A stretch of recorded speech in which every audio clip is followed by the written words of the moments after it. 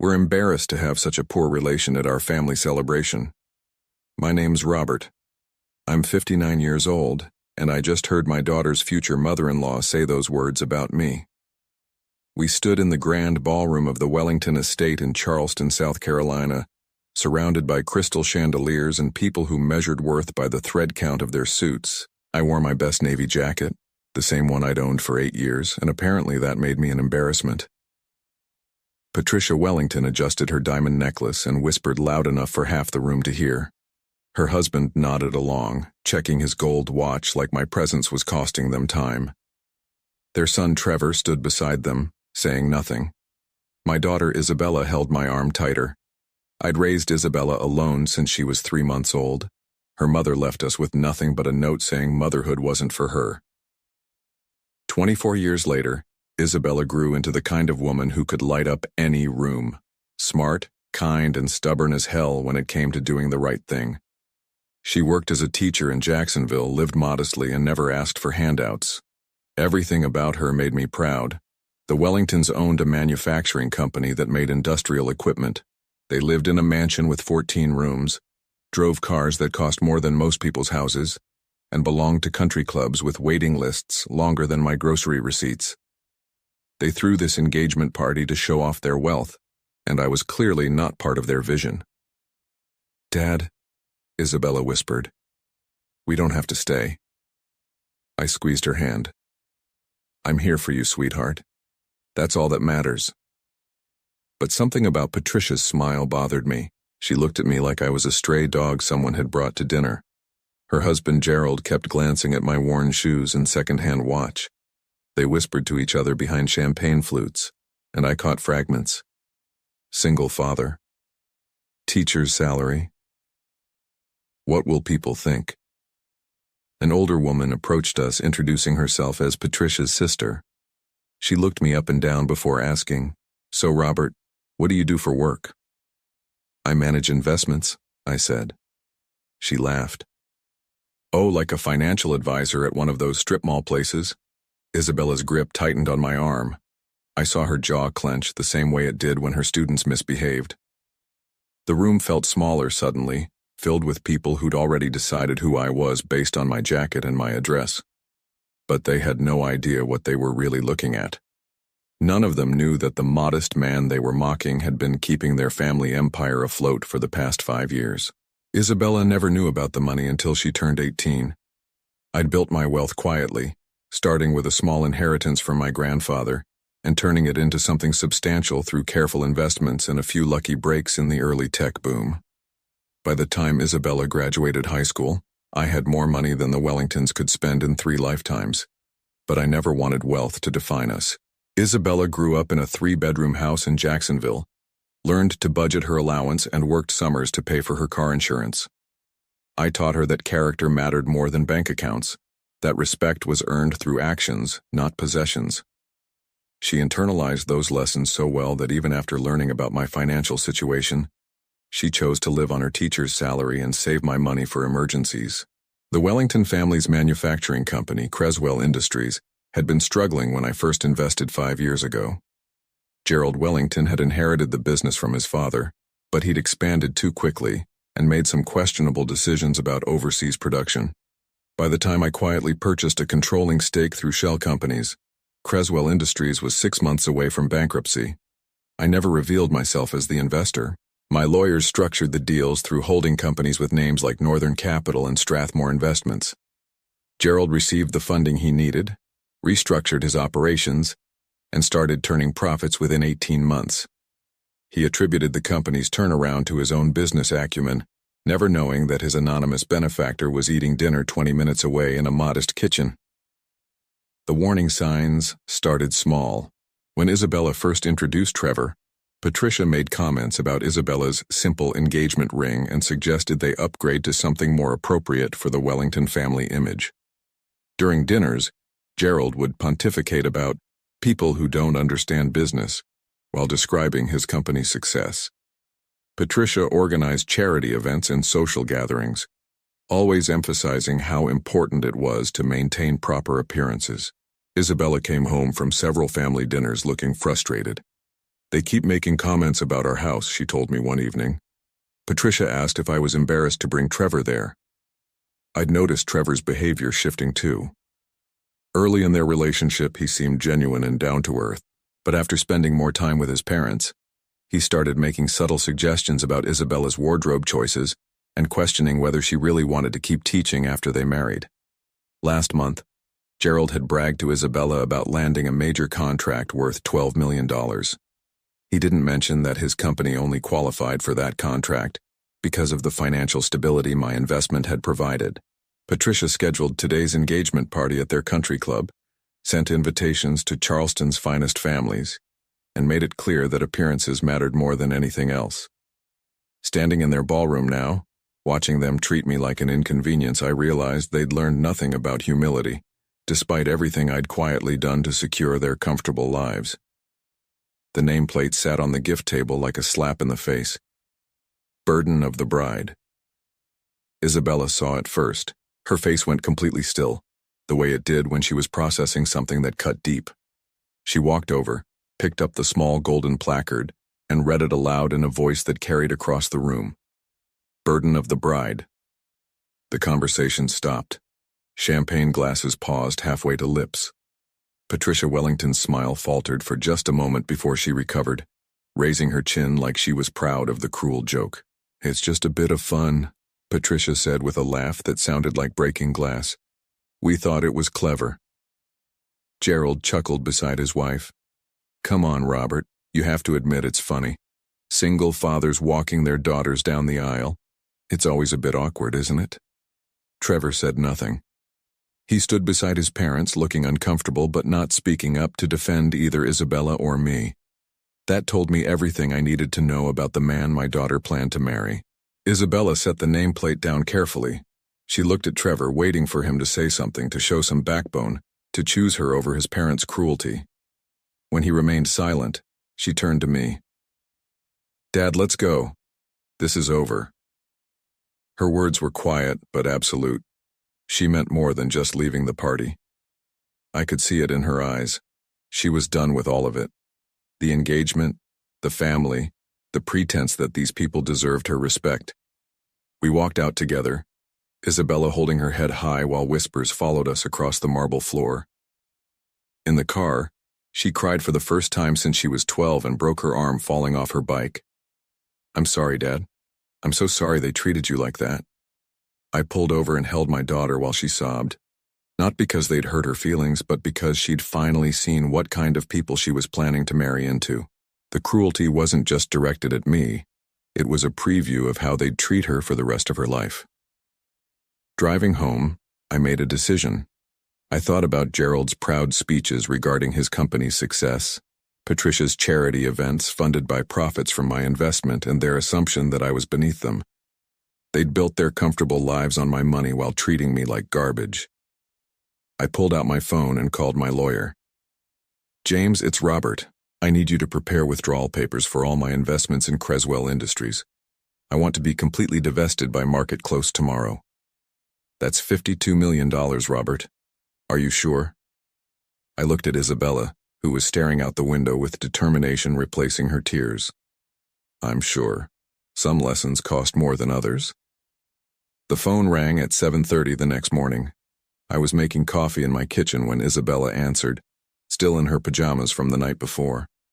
She'd stayed over after the disaster at the engagement party, needing space to think about her relationship with Trevor. "Hello, Trevor." Her voice was flat, emotionless. She listened for a moment, then held the phone away from her ear. "Dad, he wants to talk to you." I took the phone. Trevor's voice was frantic, higher pitched than usual. "Mr. Henderson, I need to apologize for my parents. They went too far last night. The nameplate thing was Patricia's idea, and I should have stopped it. Please don't let this affect Isabella's relationship with our family." "Your relationship with Isabella is between you two," I said. "But I won't pretend last night didn't happen. I understand you're upset. Maybe we could all sit down and work this out. Patricia feels terrible about the misunderstanding." Misunderstanding. Like calling me a burden was some kind of communication error. There's nothing to work out, Trevor. Your parents showed me exactly who they are. He was quiet for a moment, then, look, I know you probably think we have everything figured out because of Dad's business success, but things are more complicated than they appear. We could really use your support as Isabella's father. Something in his tone caught my attention. Desperation, maybe, or fear. What kind of complications? Just family business stuff. Dad's been stressed about some investor relations recently. Having Isabella's family fully on board would mean a lot right now. I almost laughed. Trevor was trying to manipulate me into forgiving his parents because they needed stability for their business. The same business that existed because of my money. After I hung up, Isabella sat across from me at the kitchen table. He doesn't get it, does he? No, he doesn't. Dad, I need to tell you something. Last month, Patricia took me shopping for wedding dresses. The whole time she kept making comments about how I needed to elevate my standards now that I was joining their family. She said I dressed like someone who didn't understand quality. Isabella stirred her coffee slowly. Then she told me that Trevor deserved better than a public school teacher, but they'd accepted me because I seemed trainable. Those were her exact words. The anger I'd been holding back since last night started building pressure behind my chest. Patricia Wellington had spent months systematically tearing down my daughter's confidence while living off my investment returns. Why didn't you tell me this before? Because I thought I could handle it. I thought if I just proved myself worthy, they'd eventually respect me. She looked up with tears in her eyes. But nothing I did was ever going to be good enough, was it? My phone buzzed with a text from an unknown number. This is Patricia Wellington. We need to talk. It's urgent regarding the family business. I showed Isabella the message. She shook her head. They still don't understand what they've lost, she said. They think this is about hurt feelings that can be smoothed over with the right conversation. I called my lawyer James while Isabella got dressed. The withdrawal papers are ready, James said. Creswell Industries will receive notification this afternoon that their primary investor is divesting completely. They'll have 48 hours to arrange alternative financing or face immediate liquidity issues. How bad will it get? Catastrophic. Without your investment, their quarterly loan payments will exceed their liquid assets by Tuesday. Gerald Wellington leveraged everything assuming your money would continue flowing indefinitely. Isabella came downstairs wearing jeans and a sweater. Clothes Patricia would have criticized as too casual for a Wellington family member. Dad, whatever you're planning, I'm with you. I looked at my daughter, 24 years old and strong enough to walk away from a future that would have slowly destroyed her spirit. Patricia Wellington is about to learn the difference between earned success and borrowed time. The investigation took 3 hours. I had my accountant pull every document related to my investments in Creswell Industries, and what we discovered was worse than I'd imagined. Gerald Wellington hadn't just been living off my money, he'd been actively lying about the source of his company's turnaround.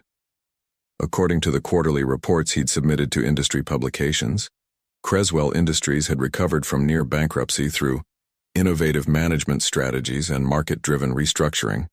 He'd given interviews to business magazines taking full credit for the company's dramatic improvement. The reality was simple. Without my $52 million, Creswell Industries would have folded in 2019. Every success story Gerald told, every contract he bragged about, every expansion project he'd funded, all of it existed because I'd quietly kept his company alive. More damning was what my lawyer discovered in the corporate filings. Gerald had used my investment as collateral for additional loans, borrowing against money that was never truly his. He'd purchased the mansion, the luxury cars, and Patricia's jewelry using credit lines secured by my anonymous capital injection. He's built a house of cards, James explained over the phone. Your withdrawal doesn't just remove his primary funding source. It invalidates the collateral backing his other financial obligations. Isabella sat beside me, reading through the documents. They borrowed money to buy the things they used to mock us? It gets worse, I said, pointing to another section. Look at Patricia's charity work. The Wellington Family Foundation had been making substantial donations to various causes around Charleston. Patricia served on boards, organized fundraisers, and had recently been featured in Charleston Magazine as Philanthropist of the Year. Every dollar she donated came from profits generated by my investment in Gerald's company. Isabella's phone rang. Trevor's name appeared on the screen. "Answer it," I told her. "Let's see how desperate they're getting." She put the call on speaker. Trevor's voice was strained, barely controlled. "Isabella, we need to talk. Something's happening with Dad's business and he thinks you might be able to help us understand what's going on." "What kind of help?" "Well, your father mentioned he manages investments, right? Maybe he knows someone who could advise us. We've got this situation where our primary investor just pulled out without warning. Dad's trying not to panic, but it's pretty serious." Isabella looked at me with raised eyebrows. They still had no idea. "What makes you think my dad would know anyone who could help?" "Look, I know we got off on the wrong foot last night. Patricia realizes she made some mistakes. She's willing to apologize properly if we can just get past this family drama and focus on the bigger picture." The bigger picture, like my daughter's humiliation was a minor inconvenience compared to their financial crisis. "Trevor," Isabella said, "exactly how much money are we talking about?" "Around 50 million. I know it sounds like a lot, but Dad says investors pull out all the time for random reasons. We just need to find the right person to talk to them, maybe negotiate some kind of arrangement." Isabella muted the phone. "Dad, they have no clue it was you." I took the phone and unmuted it. "Trevor, this is Robert. Let me ask you something. Did your father ever tell you who his anonymous investor was?" "No, he said it was some private equity firm that preferred to stay out of the spotlight. Northern Capital or something like that." "Why?" I smiled at Isabella. "No reason. Just curious about how these things work." After Trevor hung up, Isabella shook her head. They're about to learn that the burden they mocked yesterday was holding up their entire world. Patricia called me directly at 4:15 that afternoon. I let it ring twice before answering. "Robert, thank God. We need your help." I leaned back in my office chair, looking out at the modest Jacksonville neighborhood where I'd raised Isabella. "Help with what, Patricia?" "Our family business is facing a crisis. Gerald's primary investor withdrew their funding this morning with no explanation. We're talking about $52 million just gone." "I'm sorry to hear that. The thing is, Isabella mentioned you work in investment management. I know we didn't get off to the best start last night, but this is bigger than personal feelings. Do you know anyone who might be interested in acquiring a stake in a successful manufacturing company?" The irony was so perfect I had to bite my tongue to keep from laughing. "What kind of company?" "Creswell Industries. We make industrial equipment, primarily for construction and mining operations. Gerald turned the company around 5 years ago after some difficult periods. We've been extremely profitable since then." "Turned it around how?" Patricia's voice brightened, thinking she had my attention. "Oh, Gerald is brilliant with business strategy. He restructured the entire operation, negotiated better supplier relationships, expanded our market presence. The company's valuation has increased by 400% since the turnaround began." Every word was a lie built on my money. "That's impressive. Who was the investor that pulled out?" "Some private firm called Northern Capital. They never even sent representatives to our board meetings, just wired money and collected their returns. Gerald thinks they might have been acquired by a larger company that's consolidating their portfolio. Northern Capital was one of my shell companies." Patricia was describing my investment strategy without knowing she was talking to me. "Patricia, can I ask you something personal?" "Of course." "Last night you called me a burden. You made a nameplate to humiliate me at your son's engagement party. Why would you think I'd want to help your family now?" The line went quiet for a long moment. When Patricia spoke again, her voice was smaller. "Robert, that was a mistake. I was trying to be funny, and it came out wrong. I realize now how hurtful that must have been." "It wasn't just hurtful. It was cruel. You treated me like garbage in front of my daughter." "You're right, I was completely wrong. Gerald and I both were. We're prepared to make amends, publicly if necessary. We could host another engagement party, a proper one where you're treated with the respect you deserve." I thought about Isabella. who'd spent the day cleaning out Trevor's belongings from her apartment.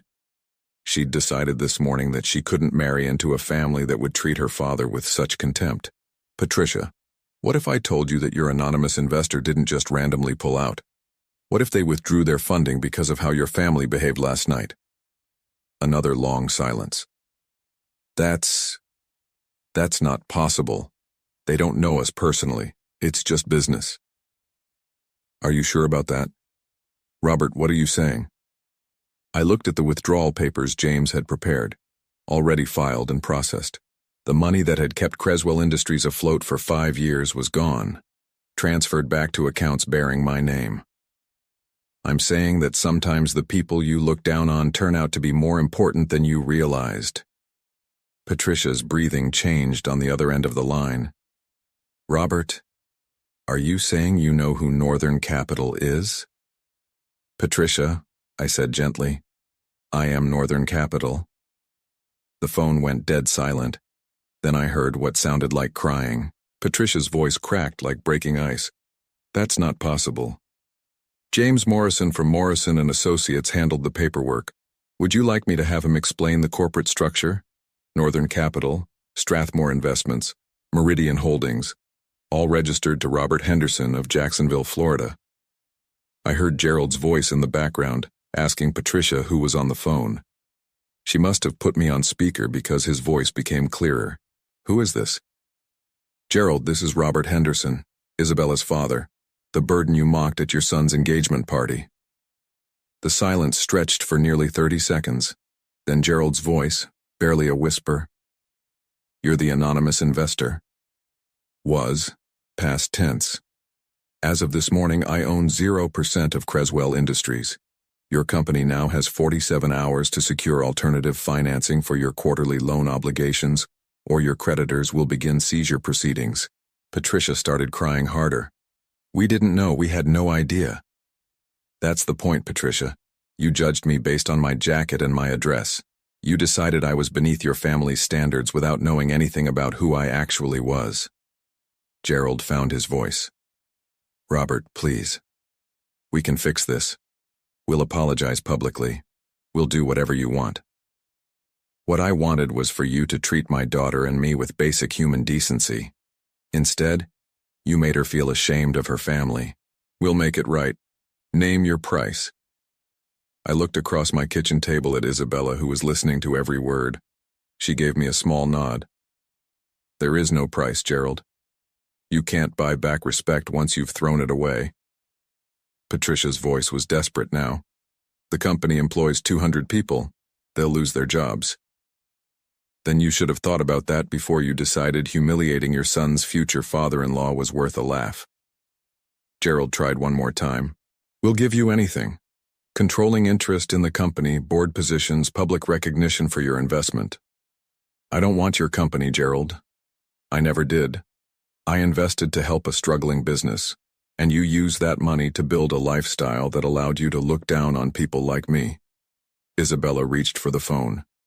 Patricia, this is Isabella. Your son lost the best thing that ever happened to him because you taught him that cruelty was acceptable.